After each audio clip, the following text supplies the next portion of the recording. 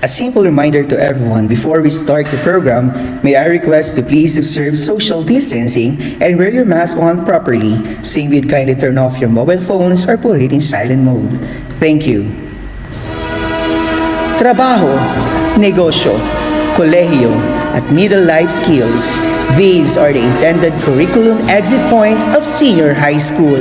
Now, as this batch are about to proceed into these exit points, ladies and gentlemen, let us all welcome the procession of candidates for graduation with their parents from the academic track, the general academic strand, under the advisorship of Ma'am Narlita Ventillo Mamaklay.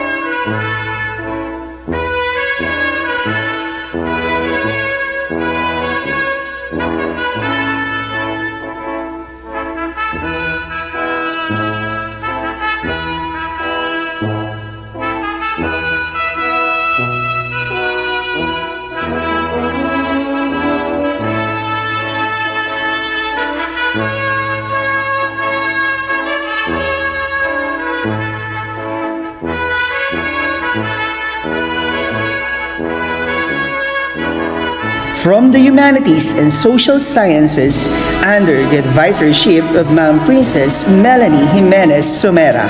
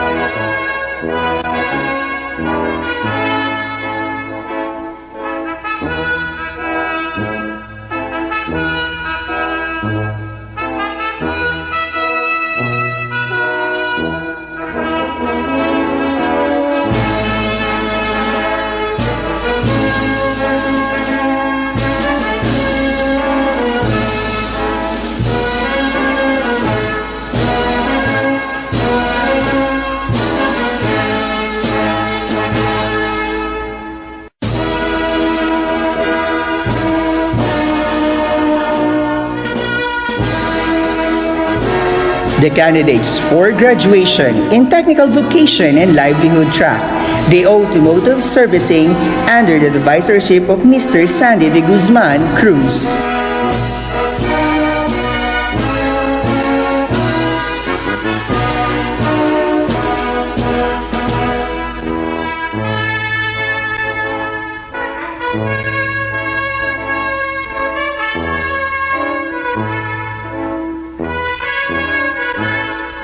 Ladies and gentlemen, the shielded metal arc welding under the advisorship of Mr. Sandy de Guzman Cruz with the help of Jerry Canwell.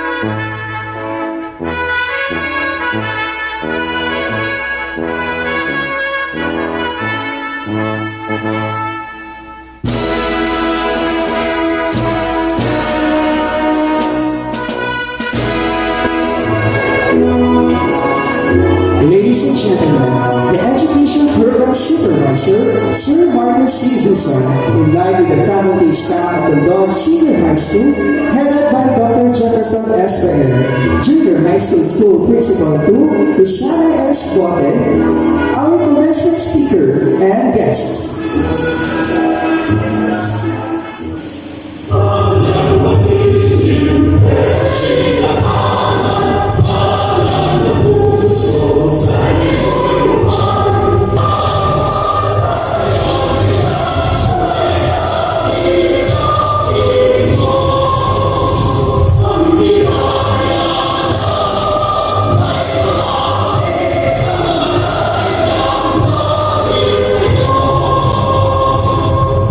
A moment of silence is requested to everyone as we come to the presence of God through a prayer which will be led by Andrea Joyce and Cordelia with honors. Let's bow our head and close our lips. Our Heavenly Father, who is rich in mercy and full of greatest love for us, we are gathered here today with hearts full of joy and excitement. We give thanks for all the blessings and guidance you have bestowed upon us. May we all grow ever more faithful and blessed. All this we ask in the name of your beloved Son. Amen. Please remain standing as we lead by Mr. Michael C. Athena, graduating class representative comes now to the pledge to the Philippine flag. Taas pa natin ang ating kampang at sabay-sabay natin ibigasin ang parang basa ng ating Pilipino.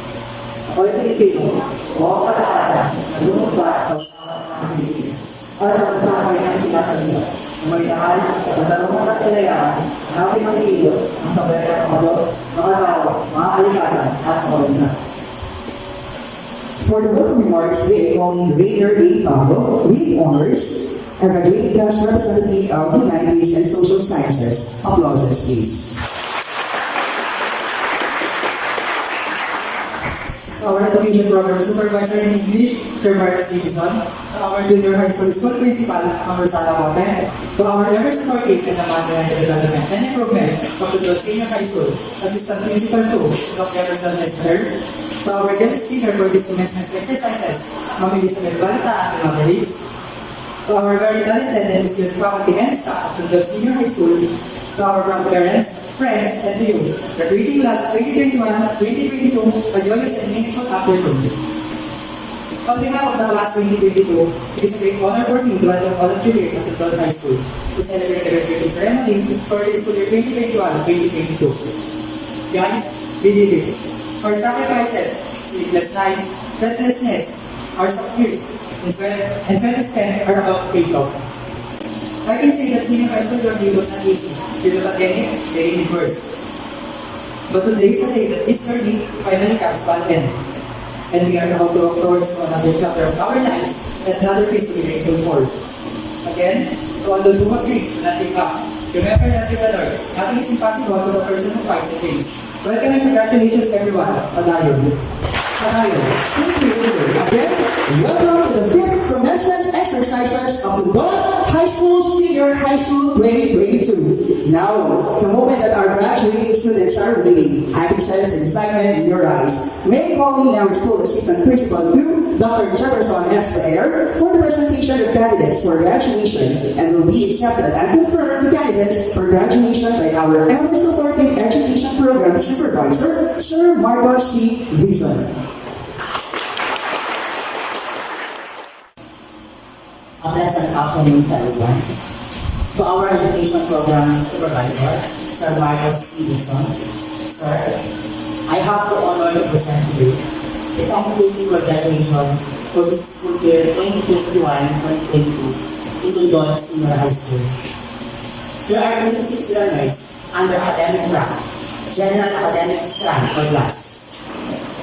53 learners under academic track, Humanities and Social Sciences or HUMS strand. 14 learners under Technical, Vocational and Livelihood track, Industrial Arts, Automotive Servicing. And 26 learners under Technical, Vocational and Livelihood track, Industrial Arts, Shielded Metal Art Welding or SMAW, with a total of 120.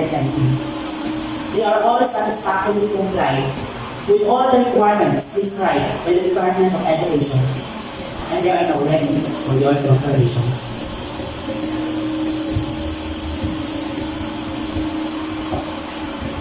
by virtue of the power vested in me by the Department of Education as representative of the School's Division Superintendent, Dr. Rohana Nabaso, and with the strong recommendation of your school principal, Dr.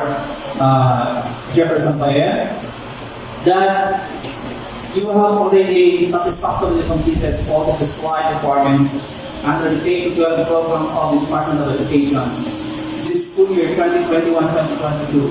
I, Mr. Marcos Edison, Education Program Supervisor in English, now continue graduates.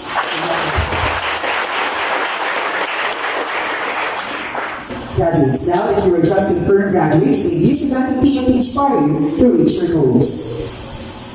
This afternoon, we are glad to have our division's education program supervisor, Sir Mark C. Edison. To our school principal in Municipal High School, Dr. Jefferson Bayer, the dedicated principal of Junior High School, Ma'am Rosana Bote. Finally, after 2 long years, we have this day being celebrated with a lot of meaningful ideas and memories in our mind.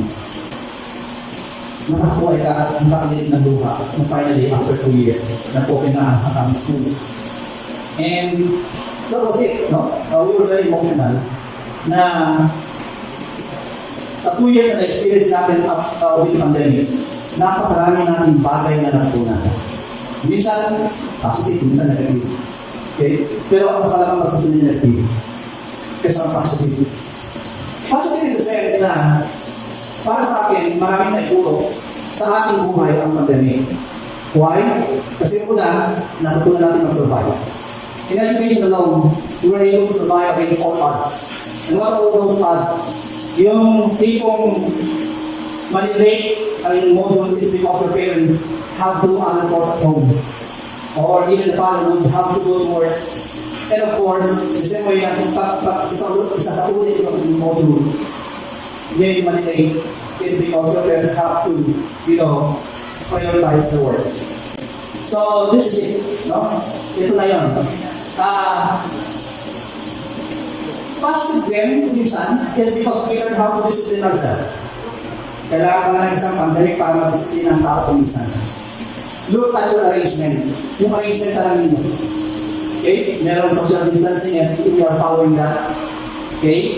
Yung paglalagay ng mask, it takes discipline for us to do this. Okay? Pero look at this, how disciplined you are.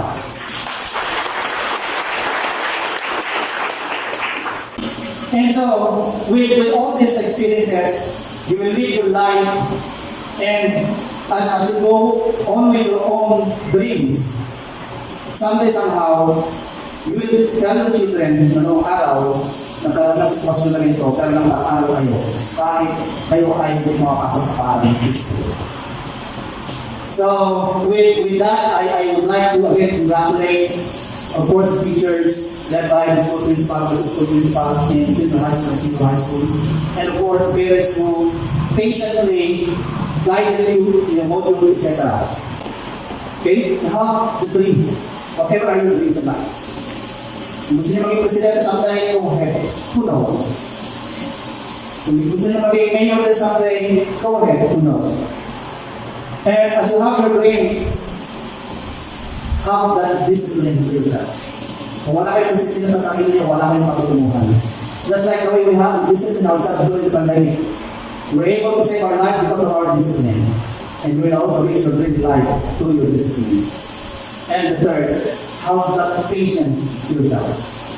Maraming bagay na darating sa buhay ninyo, pero huwag kayong susuko. Have that patience always yourself. Ang mga magulang natin, mahihigit sila sa atin, it's because they want to lead us on the right path. Walang magulang na tuturuan kayo ng mali. Walang magulang na hahayaan kayong tutulong sa maling direction sa buhay. With that, again, my congratulations to all of you. Thank you and good afternoon. Thank you, Sir Michael Silusa, for reminding us that education helps to determine the quality of one's life as it improves one's knowledge, skills, and personality amidst this pandemic. This moment, get ready to inspire by a message to a modern visual presentation by our Schools Division Superintendent, Ma'am Johanna Enderbaso. The feeling that prevails in me today is so effusive that no word can describe it as we hold this year and right that is different from the previous 2 years. This year's commencement exercises will indeed be historic as it will mark the onset of a new and better normal.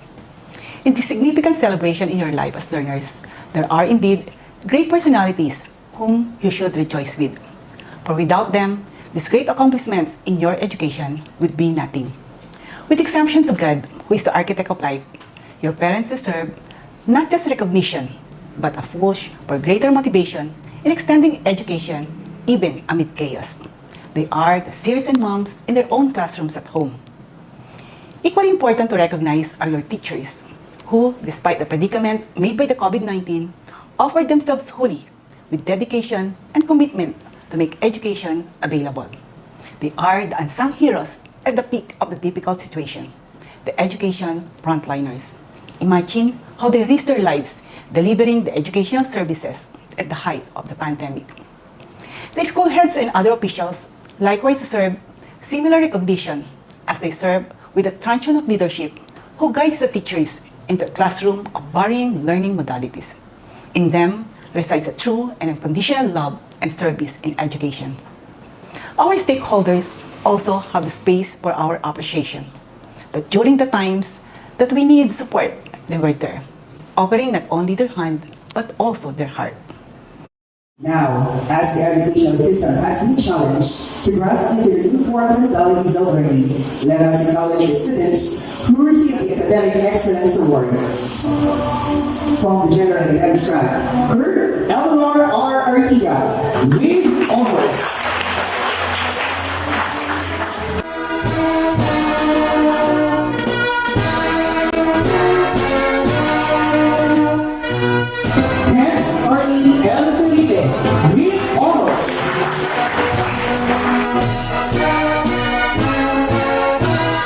Janice A. Guillermo, with honors. Erica Jane A. Miranda, with honors.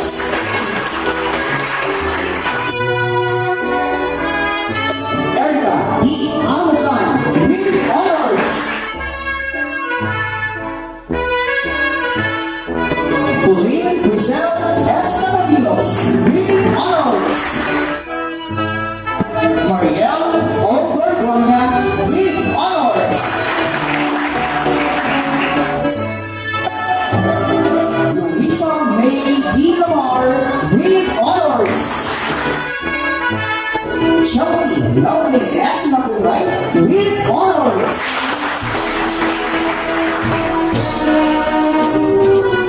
Andrea Joyce M. Ortilia, with honors. Jessel M. Ortilia, with honors. Geraldine M. Ortiz, with honors. And Raider A. Pablo, with honors.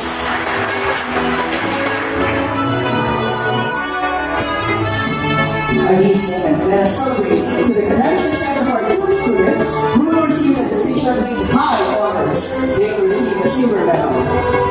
From the Humanities and Social Sciences, Marjorie Claudette L. Bagnolia, with high honors.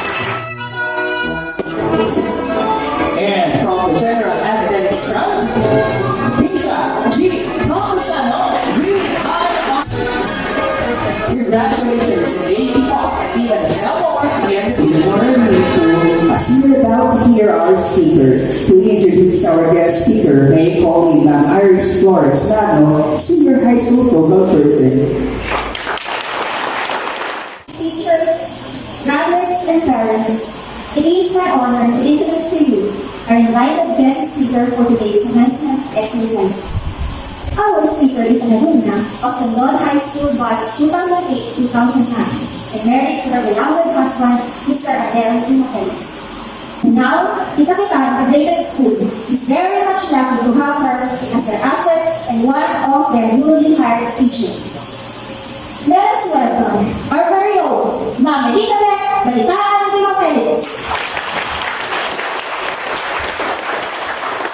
Thank you, Ma'am Irish, for that introduction.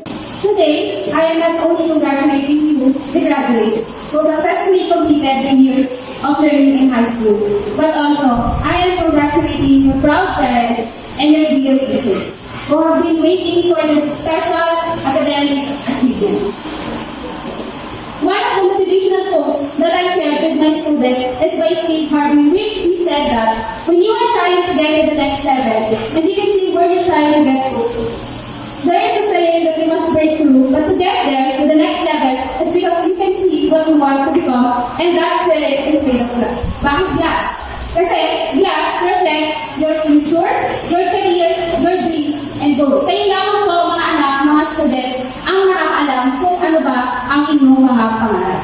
Hindi pwedeng diktahan ni nanay, ni tatay, ni ate, ni kuya ang inyong mga pangarap. It is a glass because it reflects of what you want to become in the future. Napakadaming hamon ng ating hinarap at nalupasan dahil sa ating kagustuhan magtagumpay. Pero sabi nga ni Dr. Jill, diba, papunta tayo sa exciting part. Papasok kayo sa panibagong hamon ng buhay, mailan sa inyo ipagpapatuloy ang pag-aaral, meron namang magtatrabaho. Kahit ano man na yung tatahagin, laging tandaan ang tema ngayong taon sa inyong pagtatapos. Graduate ng K-12, masikapit sa mga pangarap at matatag sa mga pagsubok. Habang mas gusto mong abutin ang iyong pangarap, mas nagiging exciting about ba para makuha ito. Ang dahilan ng ating buhay ay upang mangarap. Libre po pangarap mga anak. Dream it, visualize it, and create it. And before I end this speech, I would like to share my two life verses that I always use in my life. Isaiah 60:22, when the time is right, I, the Lord, will make it happen. Philippians 4:13, I can do everything through Christ who gives me strength. Again, congratulations graduates and parents. Maraming salamat po. God bless your new journey, guys. Thank you, Ma'am Elizabeth. Here in education, hear the words gratitude, which will be given by Tisha Gina Posada with high honors from Youth Club.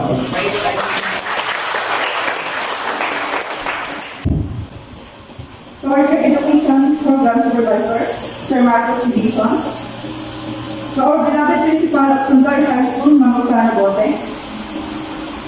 To our Senior High School Assistant Principal, Dr. Jefferson Baer. To our Commencement Speaker, Ms. Elizabeth Balitaan Pima-Felix. To our hardworking teachers and staff. And to our parents, guests, and fellow students. A blessed day to everyone.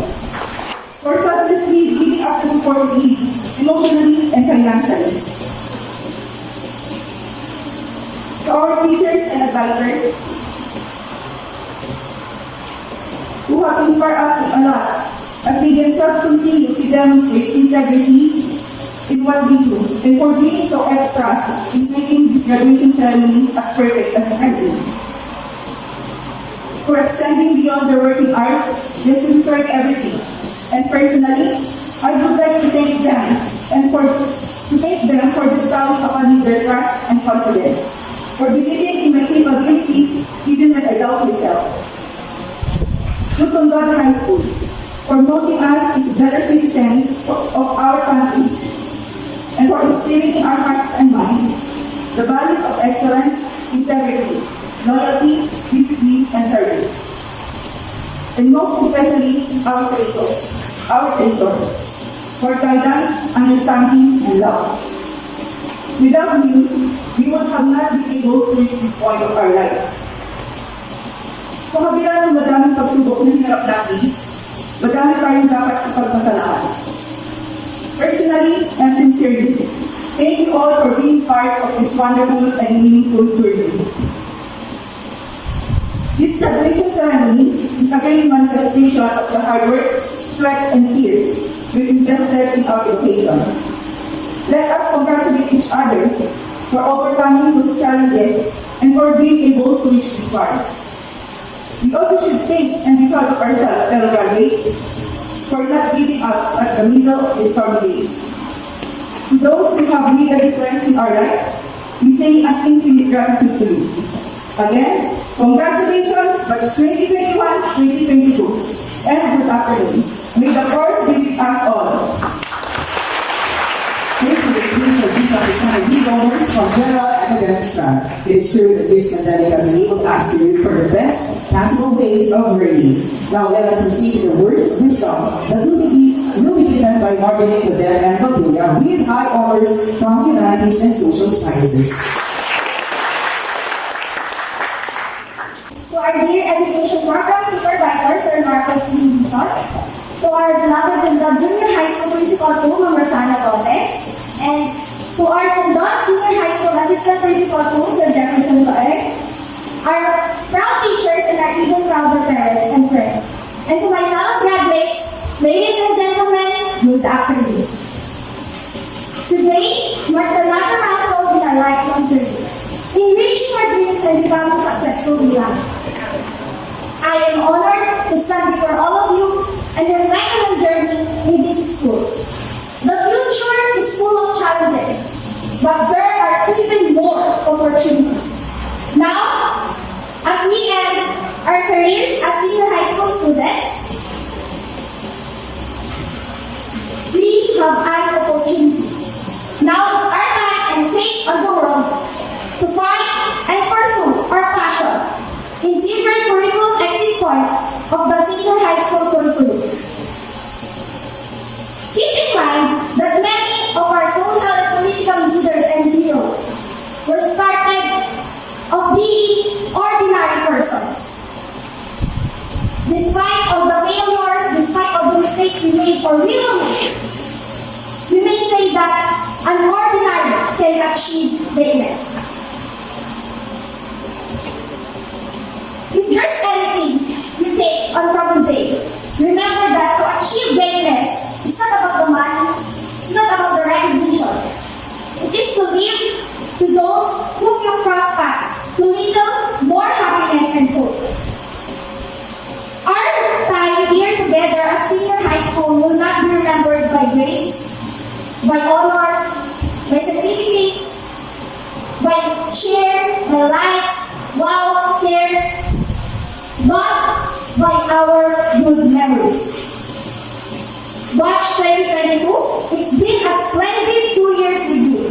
And from the bottom of my left and right ventricle and aorta, I wish you all the very best. As I end my words of wisdom, allow me to share with you my favorite Bible verses from the book of the Proverbs chapter 16, verse 3. Commit your actions to the Lord and your plans will succeed. For you can do everything through Christ who gives you strength, by Philippians 4, verse 13. Once again, congratulations, batch 2021-2022. Thank you and God bless us all.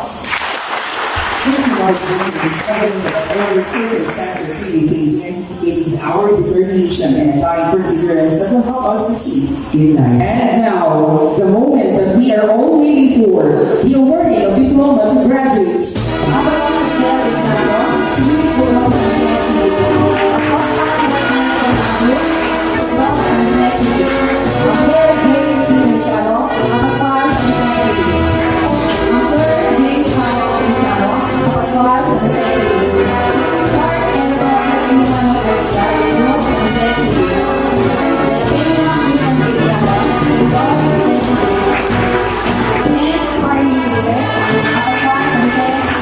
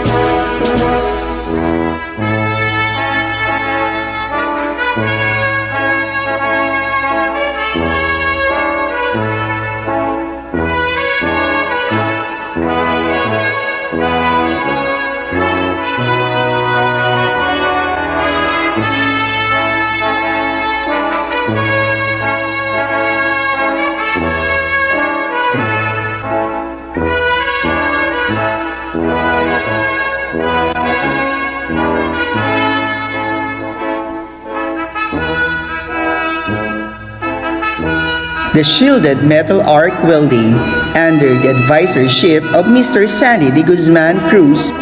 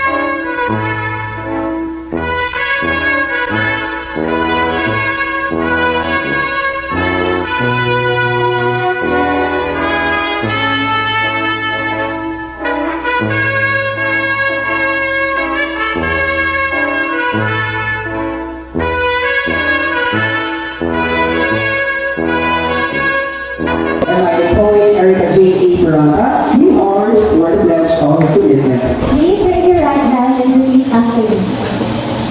I love my alma mater. The Tondod Senior High School. Whatever I can. In the future. To contribute. For her progress. So help me God. As we share with each other our hopes and aspirations in singing your chosen graduation song.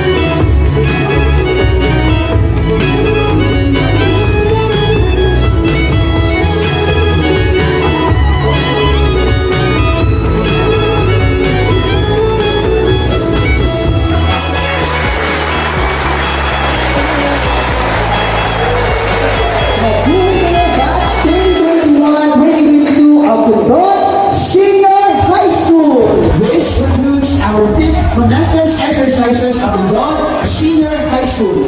Salamat! At hanggang dami lahat ang inyong tagumpay. Ipagmalaki ko na ikaw ay natapos sa paaralang ito. Basta, tatak Tondod Senior High School, angat ka sa lahat. Congratulations!